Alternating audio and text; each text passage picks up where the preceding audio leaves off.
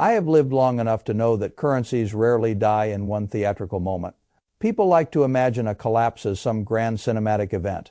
A headline, a market holiday, a shocking announcement, a before and after so clean that even the least attentive citizen would understand exactly what changed and exactly when. That is not usually how it happens. A currency is usually wounded in public but dies in private. It dies first in the grocery aisle. It dies in the way the package gets smaller while the price gets larger. It dies in the way restaurants begin charging separately for what used to come with a meal. It dies in the way a seat on an airplane becomes an extra fee. Then the luggage becomes an extra fee. Then the privilege of being treated like a human being becomes an extra fee. It dies in the way a savings account keeps earning a number that sounds respectable until you compare it with what life itself is doing. That is when intelligent people start waking up. And when enough people wake up at once, the danger changes shape.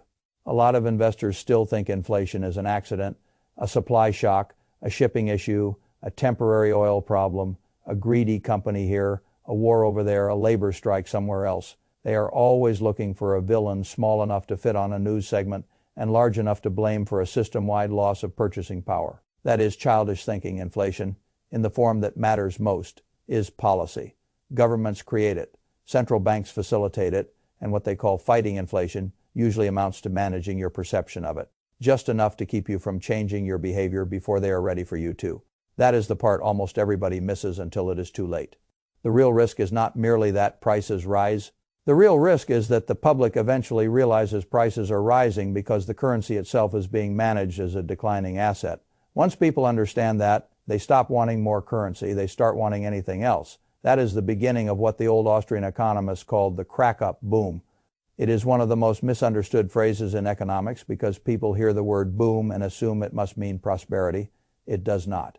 It can mean panic wearing the mask of prosperity. It can mean everybody rushing to exchange money for real things before the money itself loses even more dignity: houses, gold, silver, stocks, inventory, tools, land, durable goods, anything that feels more real than the paper or digital promise being debased in front of them. That is why the crack-up boom is so dangerous. It can look like a wealth surge while actually being a monetary revolt. Now, I am not interested in theory for theory's sake. I am interested in what tells you whether a system is moving in that direction. The first thing I watch is the money supply, because that is inflation in its primary form. The official price indexes can be massaged, their baskets can be altered, their weightings can be revised, their formulas can be modernized until they are no longer measuring what ordinary people actually feel. Fine, that is politics. But the supply of currency itself tells you what the authorities are doing at the source. And when you see money supply making new highs again, when you see central bank balance sheets stop shrinking and start swelling once more, you should not stand there asking whether inflation will return. The more useful question is where the new money will travel first and how long it will take before the rest of society pays the bill. That is always the hidden mechanism. The people closest to the spigot receive the benefit first. The people furthest from the spigot receive the inflation first. That asymmetry is what turns a policy into a transfer. And when the transfer gets large enough and visible enough, behavior changes. That is why I do not laugh when people begin talking about a currency crisis. I do not enjoy the phrase because it has been abused by many excitable people. But I also know that monetary systems fail not only when they print too much, but when the public loses confidence that the printing will ever stop. That is what Ludwig von Mises understood very clearly. When the public comes to believe inflation is deliberate and endless, the psychology of money changes. People no longer save in currency because they no longer believe the currency will preserve their labor in transferable form. They start exchanging it for real goods, whether they need them immediately or not. They stop asking whether a purchase is sensible in the old way and start asking whether holding currency is even more foolish. That is the psychological turn that matters most.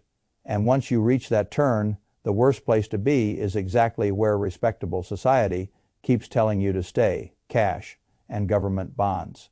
That conclusion offends people because it seems to attack prudence itself. They were taught that cash is safety and government paper is the ultimate low-risk store of value. That teaching made sense in different conditions. It does not make equal sense once the state is over-indebted, over-committed, and increasingly dependent on managed inflation to keep the whole structure standing. A bond is just delayed currency. That is all it is. If I buy a government bond, what am I really doing? I am agreeing to surrender my purchasing power today in exchange for a promise of more currency later. If the currency itself is being quietly disfigured over time, then what exactly have I protected? Not much. I may get my principal back in nominal terms, I may receive the promised coupons, but if the real purchasing power of those future payments is being eaten faster than the coupon can compensate, then I am not earning a return. I am experiencing a slow motion confiscation while being told to feel responsible for enduring it. That is the true danger of cash and bonds in a period like this. You do not lose by default. You lose by dilution. And dilution is harder for the public to recognize because it does not announce itself with a bankruptcy stamp. It arrives as a lower standard of living disguised as continuity. This is why I pay close attention to long bond cycles. When a multi-decade bond bull market turns, the implications go far beyond the bond market. Falling bond prices mean rising yields. Rising yields mean the value of old fixed income promises deteriorates. They also mean the old tailwind that pushed asset prices upward for decades begins to work in reverse, in some places and in more unstable ways elsewhere. A lot of investors still do not understand how brutal that reversal can be. They think the 5% coupon on the bond is the whole story. It is not. If the market starts demanding 6% or 7% for new paper, your old 5% paper loses value. You may still get paid if you hold to maturity, yes, but the opportunity cost rises, the real purchasing power falls, and the whole comforting idea of safe income starts to look a lot less safe. Now, let me move from abstract structure to concrete life, because people only really believe inflation when they meet it in the small humiliations of daily living. I notice it when the jar gets smaller but the ticket gets bigger. I notice it when a product that used to last a month now lasts 2 weeks and somehow the receipt wants me to thank somebody for the privilege. I notice it when eating out becomes a little absurd. First the menu prices rise, then the portions shrink, then the sides are extra, then the sauce is extra, then the service charge appears. Then the tip suggestion starts at a level that would have embarrassed people a generation ago. The same meal becomes a series of separate ambushes. People will tell you this is just business adapting. It is business adapting inside a currency that is losing reliability. And when enough ordinary people start noticing these things repeatedly, their relationship with money begins to change. They begin stocking up. They buy more than they need, now because they are trying to outrun the future price. That behavior then makes the shortages and the price pressures worse, which intensifies the belief that the currency is the wrong thing to hold. That is the crack-up dynamic. It does not begin with sophisticated theory. It begins with a housewife, a retiree, a business owner, or a worker saying some version of the same sentence. I would rather hold almost anything else. Now, if that sounds dramatic, let me make the point more carefully. I am not saying the currency becomes worthless overnight. I am saying the public can begin treating it as an inferior holding long before the official institutions admit there is a crisis. In fact, official institutions almost never admit the crisis early enough to help you. They keep speaking in polite language while behavior on the ground turns much harsher. They still call inflation temporary. They still say the system is sound. They still encourage savings in the very instruments that are losing real value. They still market government debt as safety because they cannot afford for the public to stop believing that story all at once. But stories do not hold forever. At some point, the public compares the official language with lived experience and chooses lived experience. That is when the crowd begins running toward real things. Now, what counts as a real thing? The answer is not as simple as people think. A great many people, when they first grasp this dynamic, rush straight into any asset they can touch. That can be a mistake too. Not every nominally hard asset is equally attractive. Not every company benefits the same way. Not every property is worth owning at every price. But the broad categories matter. Gold and silver matter because they sit outside the liability structure of the state. They are nobody's promise. They do not require some institution to stay respectable enough to make good on a coupon or a maturity value. When currencies begin to lose moral authority, metals tend to regain it. I have seen long periods where people mocked gold because paper assets were doing all the dancing. Fine, that can last for years. But when confidence in policy starts slipping, gold does not need enthusiasm. It only needs people to decide that they no longer want all of their savings in a form that can be politically diluted. Silver is similar, though usually more volatile and more emotionally unstable because it lives partly in the industrial world and partly in the monetary imagination that makes it exciting and dangerous, often at the same time. Then there are stocks. This is where many people get confused because they imagine stocks as financial abstractions while houses and metals feel real. But a stock is a claim on a business, and a business that produces real things can be one of the best protections in a debasement cycle.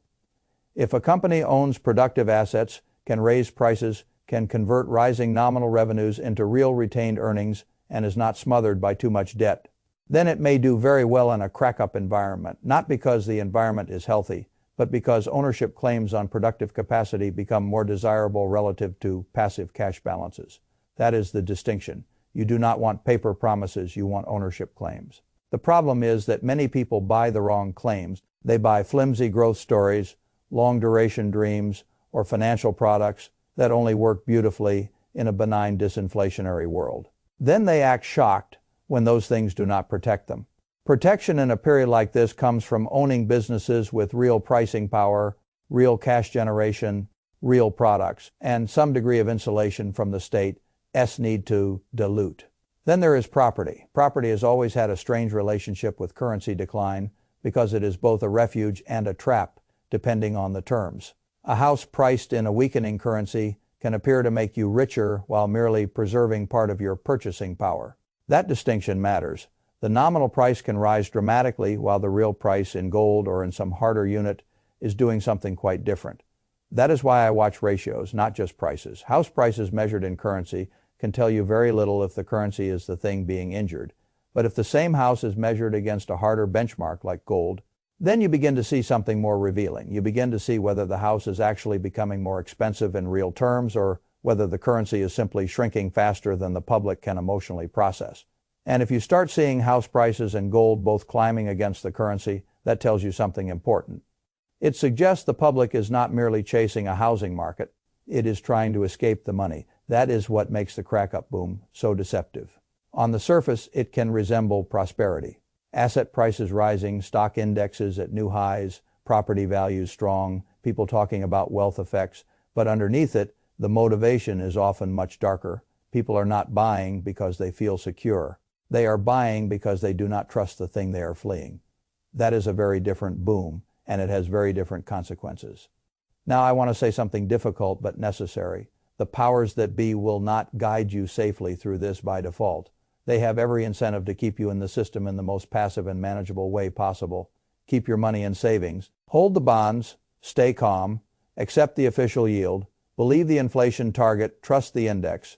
Do not ask too many questions about what the money supply is doing. Do not think too hard about why the central bank balance sheet stopped shrinking. Do not examine why the cost of living in your actual life diverges so sharply from the official stories. Above all, remain patient and respectable while the value of your reserves is slowly thinned. That is what they need from you. What you need from yourself is different. You need a clearer hierarchy of risk. The biggest risk is not volatility. The biggest risk is debasement while you are holding the wrong instruments. That is why I say the most dangerous place to be is in cash and government bonds. Those instruments feel calm, they feel adult, they feel safe. But in a state-managed currency decline, they become the very tools through which the quiet destruction is delivered. You may get every payment, you may get every statement, you may never miss a coupon, and still end up poorer in the only way that matters, which is what your money can actually command in the world. That is not safety, it is anesthesia. Now, should you put every penny into gold and sit in a bunker counting coins? Of course not. Whenever a person first discovers a system is less trustworthy than he thought, he often overreacts into a different kind of foolishness. Good asset selection still matters, valuation still matters, diversification still matters, liquidity still matters. No one wants to be a one-idea prophet living on panic, but the broad shift in thinking is correct. Own more reality, own less promise. That is the rule. Reality can be a good business, reality can be land, reality can be property selected intelligently, reality can be gold. Silver, inventory, tools, productive assets, ownership claims on things people still need even when the monetary weather turns nasty. The key is to move yourself closer to what can reprice and further from what only gets repaid in declining units. That is what a serious monetary environment demands. It also demands psychological honesty. Because once you see this clearly, you cannot go back to talking about inflation as though it were a little policy nuisance that occasionally gets out of hand and then kindly returns to its box. Inflation is not a weather event. It is a state decision about who gets relieved, who gets rewarded, and who absorbs the dilution. That is why I have so little patience for the official theater around it. They do not fight inflation, they administer it, they negotiate your reaction to it, and they hope you keep holding the very instruments that make the negotiation easiest for them. I would rather not play that role. I would rather own things that force the system to respect me a little more. That does not mean perfection. It means refusing to stand at the very end of the line while the currency system is being managed for somebody else's survival. If you are wondering whether this is only a British problem or only a European problem, or only some local anomaly, you are asking the wrong question. The exact speed and flavor will vary by country, yes, but the broader issue is systemic.